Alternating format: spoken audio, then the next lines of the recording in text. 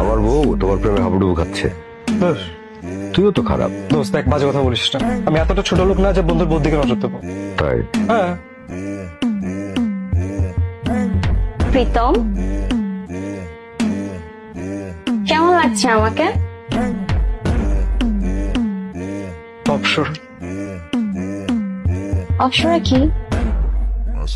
অপসরা মানে হচ্ছে স্লাট। আমি স্লাট না।